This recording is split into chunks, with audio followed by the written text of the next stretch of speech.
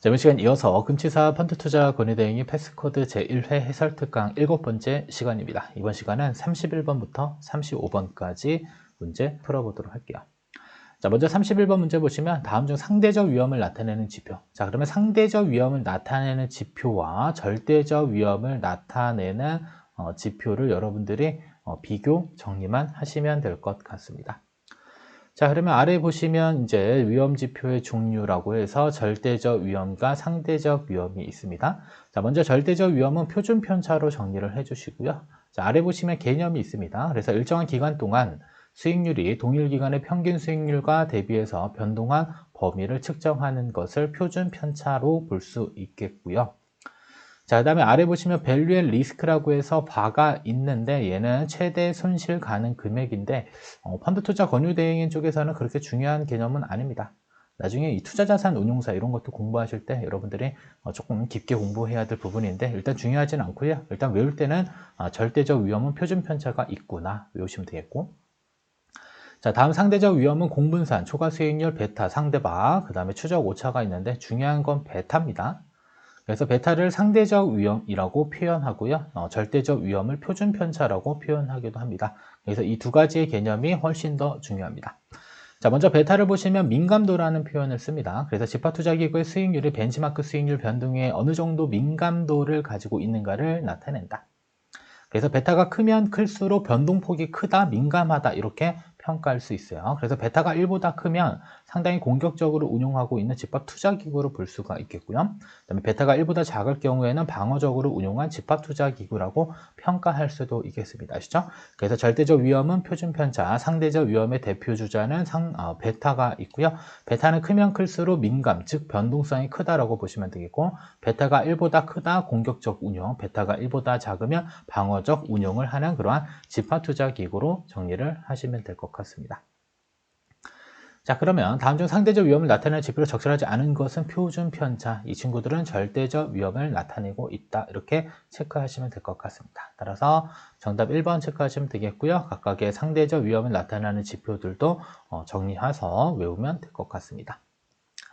자, 다음은 32번입니다. 자, 다음 중 위험 조정 성과 측정 및 위험 조정 지표에 대한 설명으로 적절하지 않은 것을 골라보자. 자, 일단은 위험 조정 지표가 몇 가지가 있습니다. 개념을 정리해야 할 필요가 있다. 이거 체크하시면서 내용 보도록 할게요. 자, 일단은 위험 조정 성과의 측정 관련돼서는 샤프 지수가 있고요. 그 다음에 젠센의 알파가 있고 트래킹 에러, 그 다음에 정보 비율이 있습니다.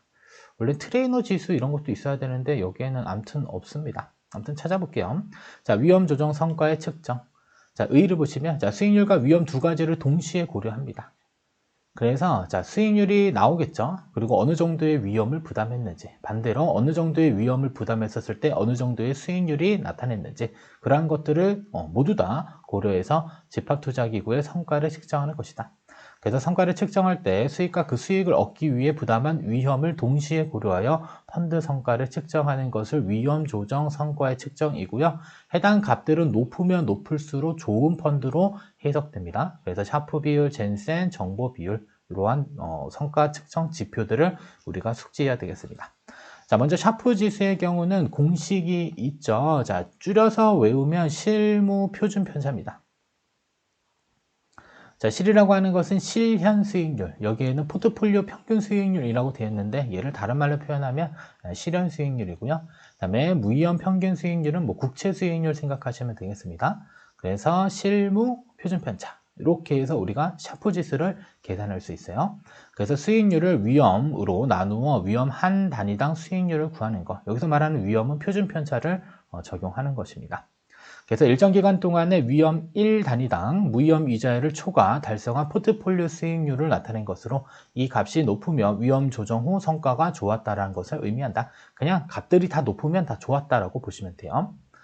자, 그리고 유의점들을 보시면 네 가지가 있으니까 선택지로 내기 좋습니다. 첫 번째, 평가 기간이 동일하고 동일한 유형의 펀드들 간 비교를 해야 될 필요가 있겠고, 두 번째, 수익률 구간에 따라 상이한 결과를 도출할 수도 있다. 왜냐하면 실현 수익률은 어떠한 기간에 따라서 달리 평가될 수도 있기 때문입니다. 세 번째, 장기 수익률 사용하는 것이 바람직하고요. 어떤 성과 지표를 사용하는지에 따라서 성과의 순위 달라질 수 있고, 네 번째는 중요합니다. 자, 초과 수익률이 음수이다.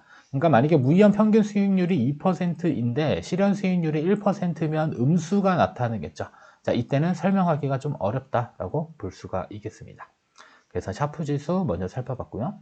자, 두 번째 젠센의 알파는 실현 수익률 마이너스 요구 수익률, 보통 K값이라는 표현들을 씁니다. 그래서 실현 수익률 빼기 요구 수익률, 여기서 말하는 실현 수익률은 집합투자기구의 수익률에서 무위험 수익률을 차감한 값을 의미한다라고 볼 수 있겠습니다. 그래서 내용을 보시면 집합투자기구의 실제 수익률이 시장균형을 가정할 경우 기대 수익률보다 얼마나 높은지를 나타내는 것이다. 그래서 젠센의 알파 값이 높으면 높을수록 펀드 매니저의 종목 선택 능력이 탁월했다라는 내용으로 평가할 수도 있는데 교재에는 그런 내용들이 조금 빠져 있기는 합니다. 따라서 젠센의 알파는 집합투자기구 수익률에서 기대 수익률을 차감의 값을 나타내다. 그리고 젠센의 알파 값이 0보다 크다는 것은 시장의 균형하에서 베타 위험을 가지는 집합투자기구의 기대 수익률보다 해당 집합투자기구의 수익률이 더 높았다라는 것을 의미한다. 그래서 플러스가 나면 날수록 더 좋았다라고 볼 수가 있겠습니다. 자, 유의점을 보시면 자, 종목 선택 정보와 시장 예측 정보를 정확하게 구분하지 못하는 이러한 단점을 지니고 있다. 이 정도 수준만 정리해 주시면 될 것 같고요. 그래서 젠센의 알파 값은 아무튼 크면 클수록 좋고 공식 외울 때는 실-K 요구 수익률. 그래서 요구 수익률이라고 하는 것은 이 해당 어떠한 종목에 투자했었을 경우 투자자들이 원하는 최소한의 수익률을 의미하기도 합니다. 그래서 최소한의 원하는 수익률보다 실현 수익률이 더 크면 클수록 젠센 알파 값이 높아질 수 있다라고 보시면 될 것 같습니다. 됐죠? 그래서 집합투자기구의 실제 수익률이 시장 균형을 가정한 경우의 기대 수익률. 요게 바로 요구 수익률이 될 거예요. 아시죠? 시장 균형을 가정한 기대 수익률, 요구 수익률보다 얼마나 높은지를 나타내는 것. 젠센의 알파 마찬가지로 높으면 높을수록 좋다. 그리고 종목 선택 정보와 그 다음에 시장 예측 정보를 정확하게 반영하지 못하는 이러한 단점을 가지고 있는 게 바로 젠센의 알파가 되겠습니다.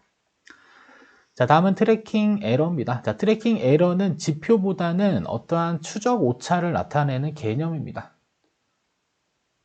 그래서 이 벤치마크를 대부분 추종하잖아요.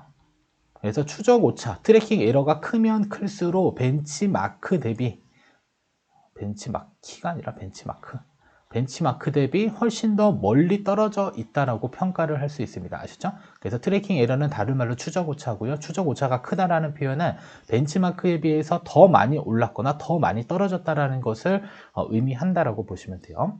그래서 일정 기간의 펀드 수익률이 이에 대응하는 벤치마크 수익률에 비해 어느 정도 차이를 보이는가를 측정하는 지표로 추적 오차라고 불립니다. 이 이름이 바로 트래킹 에러.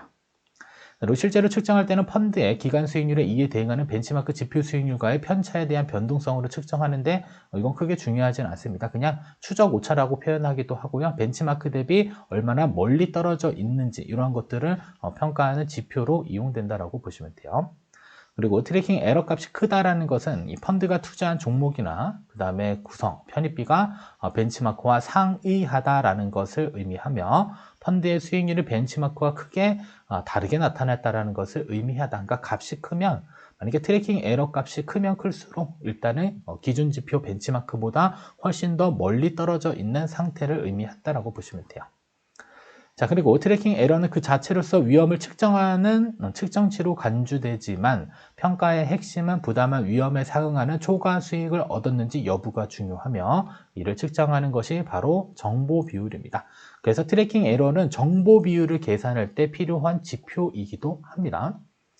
자, 따라서 아래 보시면 정보 비율이 있는데 정보 비율은 어떻게 계산하냐? 자, 실벤 트래킹 에러로 계산합니다.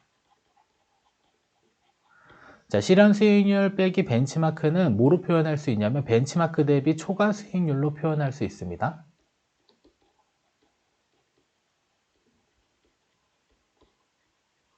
자, 이것을 추적 오차를 나타내는 트래킹 에러로 나누게 되면 정보 비율이 계산이 됩니다.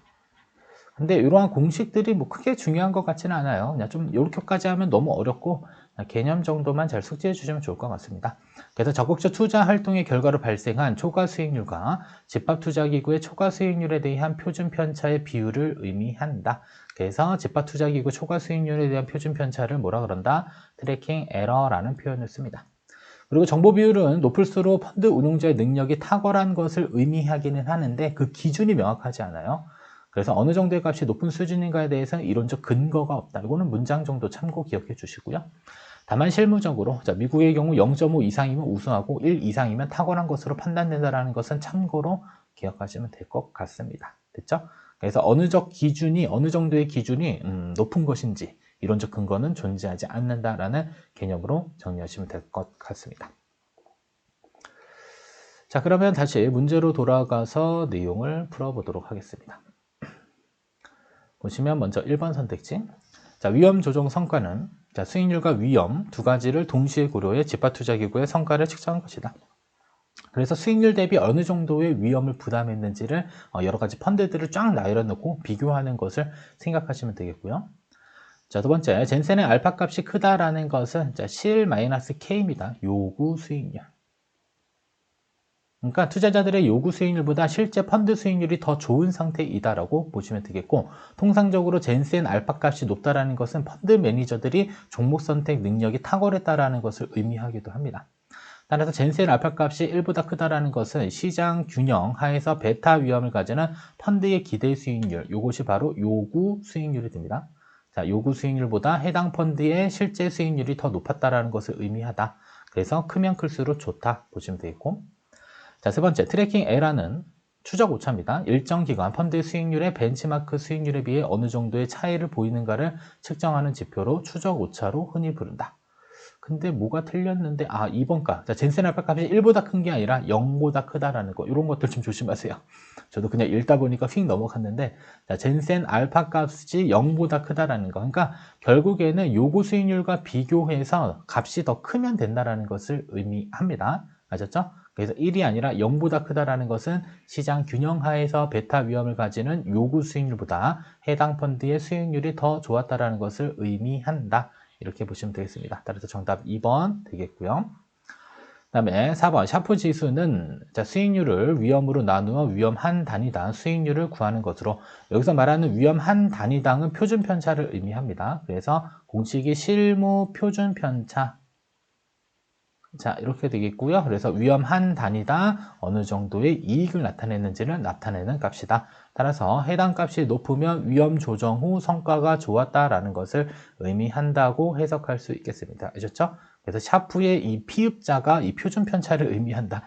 표준 편차는 위험을 의미하고요. 자, 위험 조정 후 성과가 좋았다라는 것을 의미하는 것은 샤프 지수와 관련된 위험 조정 성과 지표로 정리를 할 수가 있겠습니다.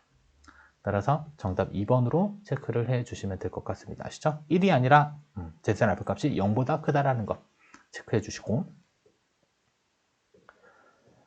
자, 다음은 33번. 자, 다음 보기에서 설명하는 위험 조정 성과 지표로 올바른 것을 골라보자. 그래서 공식을 딱 주고 이렇게 찾아내는 형식도 나올 수 있으니까 공식 정도는 좀 정리를 해주시면 좋을 것 같습니다. 자, 일단 요구 수익률이 나오면 실 K입니다. 실 K는 요구 수익률. 실현 수익률은 집합투자기구 수익률에서 무위험 수익률, 국채 위험 수익률을 차감한 것을 의미한다 라고 보시면 되겠고요. 자, 얘는 뭘까요? 젠센 알파입니다. 됐죠? 그래서 위험 조정 성과 지표의 공식 정도는 체크를 좀 해주시면 될 것 같습니다. 정답 2번이 되겠고요.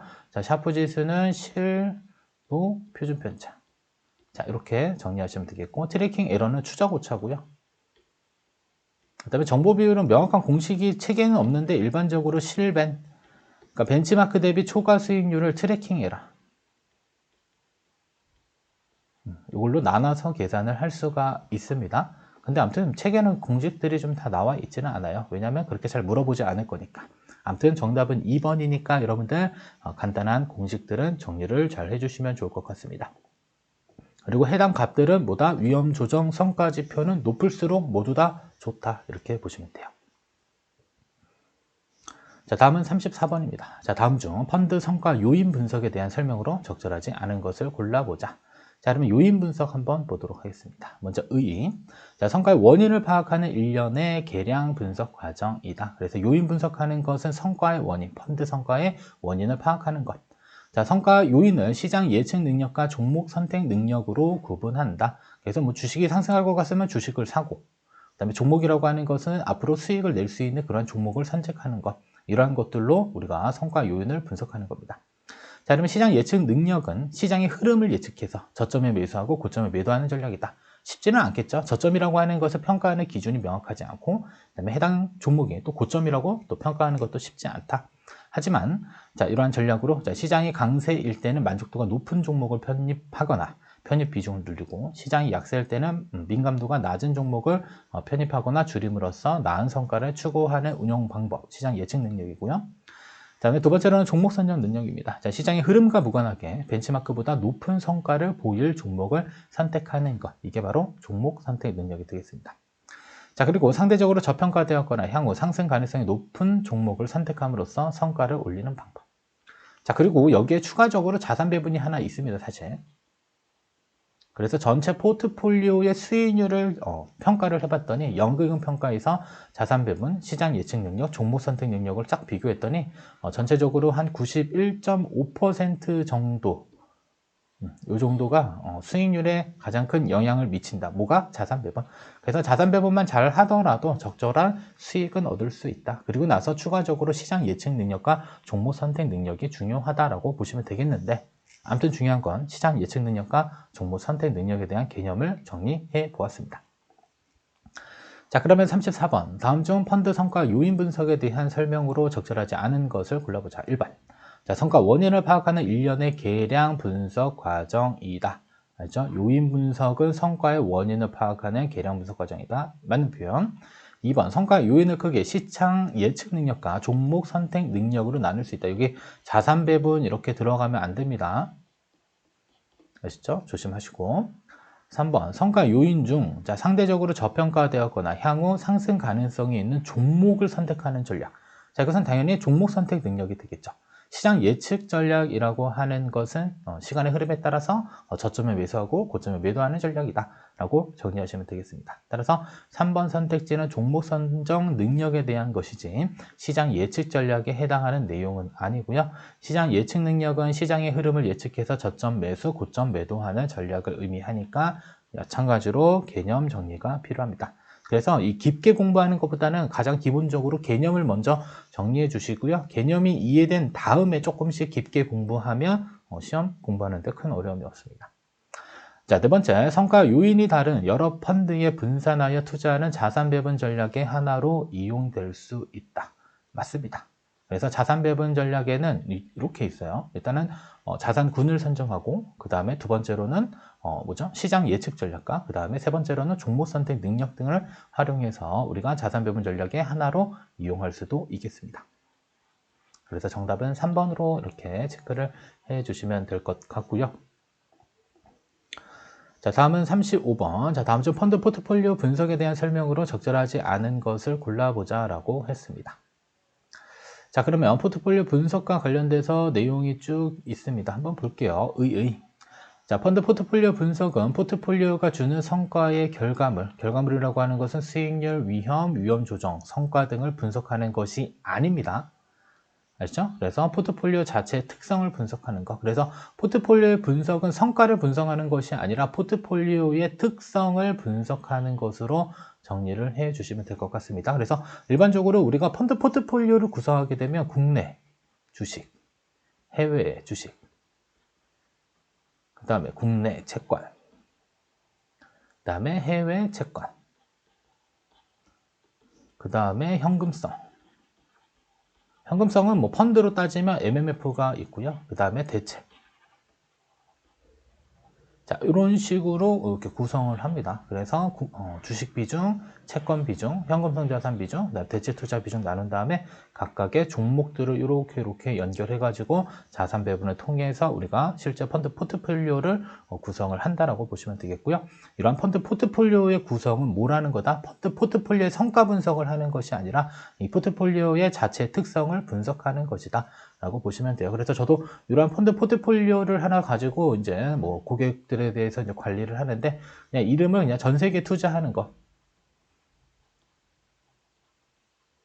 그래서 국내 주식을 넣을 수도 있고요. 아니면 그냥 뭐 주식도 뭐 여러 가지가 있어요. 뭐 선진국 지수가 있고, 그 다음에 신흥국 지수가 있는데, 그러면 선진국이랑 신흥국을 믹스하게 되면 결국에는 전 세계 투자하는 개념이 되기 때문에 이러한 방식으로 투자 포트폴리오를 구성할 수도 있습니다. 그리고 국내 채권이 약간 조금 애매해 보인다라고 한다면 그냥 해외, 미국 국채 같은 걸 넣으시면 되겠고요. 암튼 시험 합격하시고 이러한 포트폴리오를 구성하는 연습을 충분히 하셔야지 고객에게 인정받는 그러한 투자 권유 대리인이 될 수가 있을 것 같습니다.